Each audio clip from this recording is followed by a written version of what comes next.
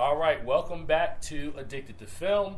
We are sitting here with the director of what I think is one of my favorite films of the summer. I haven't talked to him yet, so I don't know what he thinks about it. It is director Dean DeBlois. Thank you, sir. See, I started to say it. DeBlois. Yeah. Sounds Canadian. Rolls off the tongue. so much better when you say it than when I say it. Right. Yep. I'm Well, from sir. French Canada. Well, sir, first of all, as I said, I think you have made an amazing film. I liked the first one. I really was kind of caught off guard with the second one. Talk about the evolution of the story and this world that you created that so many people have fallen in love with. Sure. Well, part of the concept of the second installment of a trilogy, we wanted to pick up 5 years later, and so this way we're not repeating Hiccup's problem of the first movie.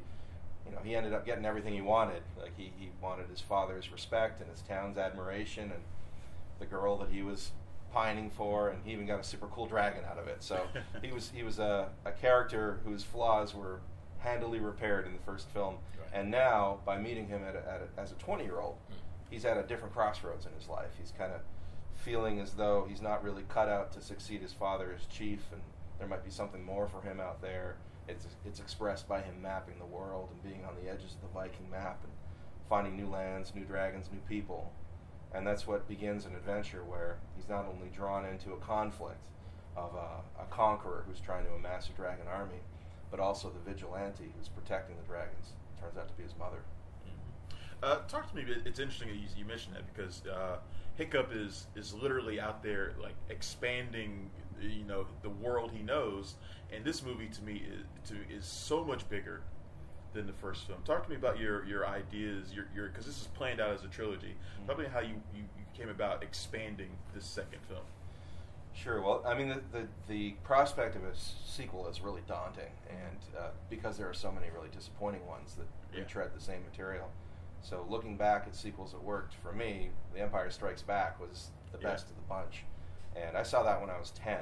I was already a huge Star Wars fan, but it managed to take everything I loved about that first film and expand it in every direction. Stakes got bigger, the world got bigger, new characters, cool gadgets. It was funnier, the characters were richer. So we kind of held that as, a lofty goal to try to aspire to that tone. And that's what we did. So new lands and new characters, and Hiccup's kind of introduced in a cool new flight suit that's got all sorts of gadgets that he uses to map the world, and I think it becomes aspirational in this larger scope, I hope. Now, you did a good job in this film of battling what I call dueling tones, where there's a tone that's really light and it's kind of funny, and then you also have some darker, more serious things that are happening. Now, when you were writing the screenplay and putting this together, because you actually really executed it quite well, but did it come across as well as you thought it should? And talk a little bit about that process as well. Well, I think the tone was always an issue. We knew we had to kind of stay loyal to the first film, and that was always what kept us in check. Like, if it felt like it was getting too heavy or too much of a war movie and there wasn't enough humor and not enough heart, we would sort of shift emphasis to those areas. But it's easy to get gratuitous when you're dealing with a battle with thousands of people and dragons, and we kept having to pull ourselves back and say, okay, this isn't Lord of the Rings, it's got a different tone.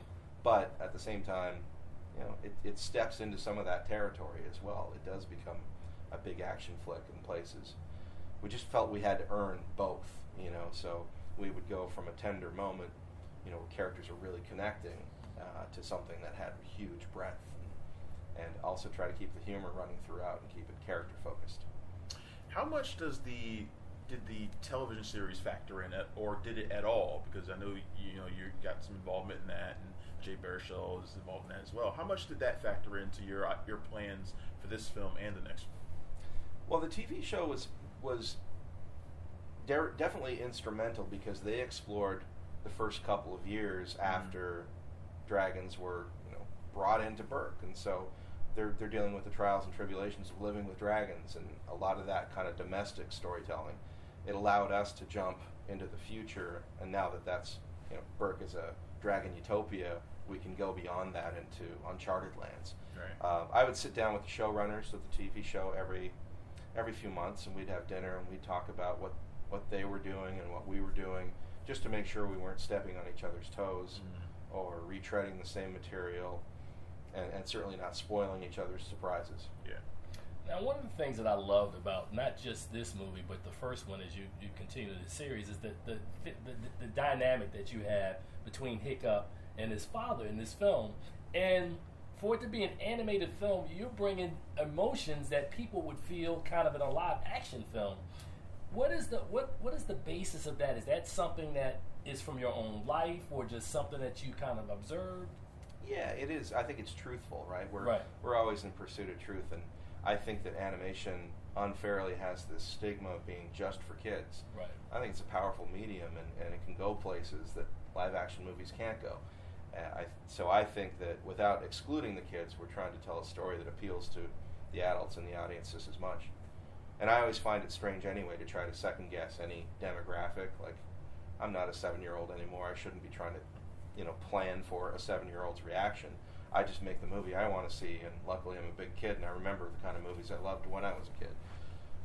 But there are some, I think, sort of bold and daring things about the movie that, kind of carrying on from Hiccup losing his leg in the first movie, set a standard, which I hope at the end of the day, when we complete the trilogy, that it'll stand out from a lot of animated fare as being, something that had some daring to it, also a lot of heart. Yeah, but it does come. It does come from experiences as well. I lost my dad when I was a kid, and so I always saw him as a hero, and so, we definitely love the idea of portraying Stoic as this heroic guy who, would give up anything for his son and the people he loves. Talk to me a little bit about the dragon design, because there are a lot of additional dragons in this movie. I mean, there are a ton of dragons in the first one, even more this time. Talk to me a little bit about how you come up with the designs for all these creatures, because they all look fantastic to me. Well, a lot of the designs of the dragons are actually based upon animals that we could study and reference in the animal kingdom. And the reason for that was there are plenty of dragon movies where the dragons talk or they're magical creatures. And we wanted to create the impression that there was a time on this planet in our history where dragons roamed the earth. So we use references like a big, grumpy, loud walrus as the main model for, say, Gobber's Dragon Grump. Right. Or Toothless is based on a black panther mixed with a salamander. So he's got a lot more mammalian qualities than reptilian. Whereas Astrid's dragon, Stormfly, is based on a parrot and has very bird-like curiosity and movement. So the more we study actual animals, the more personality and individuality that actually comes out of the dragon. Did you ever think of maybe this is for the third movie? I don't know. Are you going to bring any more Night Furies, or is there's? It's a common question. I think is Toothless the last of his kind? And will there be others? I'm not going to spoil that, but it's a question that's out there, and I think we'll continue to keep it in mind. I'm going to ask you, how did you avoid the dreaded sophomore jinx? Because when you're doing these trilogies, we normally have a strong first and a strong last movie, but the second one kind of lags. You've kind of done it in reverse. Well, thank you. None of us wanted to work on a disappointment, and I think if these movies take 3 years, so if we're going to invest the time and energy into it, we want to make sure that we keep each other honest and make sure that it lives up to the first, if not surpasses it. And that's for the world to decide whether or not they like it as much as that first one. Or they will. But we did our best. You see the helmets. So right. I can't believe this is the first time I think I've ever done an interview with a prop. I'm with this helmet on, but it fits in the tone of what we do with our show. It's very zany. I like it. Well, I mean, to me, the first How to Train Your Dragon was kind of came out of nowhere. I think that probably surprised a lot of people. Because most of the time people were thinking, Pixar, and How to Train Your Dragon came out of nowhere, and a lot of people were like, "Wow, this is just as good as anything they've ever done." Did that surprise you as well? And have you been, kind of increasingly surprised by how much people are anticipating this movie? Yeah, I've never been part of a phenomenon like this, and we've never had a fan base anticipation for a specific movie before. I've only ever worked on original movies, even when I was at Disney, or at least, like in the case of Mulan, a movie that was based on a little-known legend. So there's always anticipation for something new, but it's different when there's actually a fervent fan base that is dreading the sequel because they think we're going to mess it up. So it's inspiring, and we didn't see it coming. Chris Sanders and I, when we joined the first movie, we were brought in as the third set of directors, and they had been through 2 years of the 3-year production pipeline, trying to make a very faithful adaptation to the book on which it's based. And we were brought in, and they just said, look, depart from the narrative of the book. We need a big fantasy adventure movie that takes place in a world of Vikings and dragons, and you're going to have a character named Hiccup and Stoic and Toothless. Go.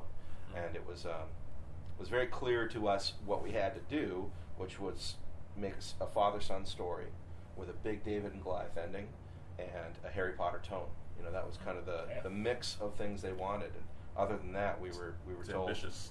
Yeah, we were told just you have 14 months before we release this movie, which is crazy in animation terms. But we had to start with a page 1 rewrite and just go. So we were surprised as anyone when it was well embraced. All right, so I know you already have the story for 3 mapped out. You can't really share a lot of details with us. Can you tell our audience anything about 3? And will it continue the common theme that you discussed earlier about loss of leg, other loss that happens in this film? Will there be further loss, or there will you're going to bring it on home? I suppose that's the biggest ambition of all. Cressida Cowell, who has now written, she's on her 12th book, and that's going to be the last one, told us when she was visiting the studio a couple years back that she plans on explaining what happened to dragons and why they aren't here anymore. And I was really inspired by that idea because that really completes the story, to have history return to the way we know it, but for a period of time dragons existed, and where did they go and what happened. But Hiccup will become the Viking chief, the wise Viking chief that his father anticipated he would be, and he will learn to stand on his own, but he'll have to make a decision at some point. And it's going to be bittersweet and powerful, and hopefully really emotional and satisfying. It sounds like you've got enough material for a 4th movie. That's what it sounds like to me. Yeah, because if it makes enough money, will you make the 4th one?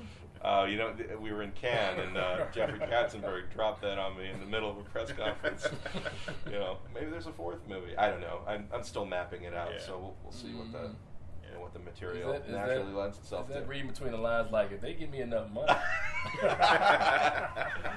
It's fun to spend time in this, but by the end of it, it'll be a decade, and I think I'd love to be a prolific director that's worked in a lot of different story genres and mediums, and we may be all well sick of dragons by then. Well, I think that's about all the time we got. It's been fantastic talking to you. Thank you very much. Likewise. About How to Train Your Dragon 2. The movie comes out next Friday. Friday the 13th. Friday the 13th. Well, hopefully yeah, that's good not luck for you. Hopefully that's not a bad omen. I don't think it will be. Good luck for you. But thanks again for talking to us. Of course, anytime. Dean, thank you.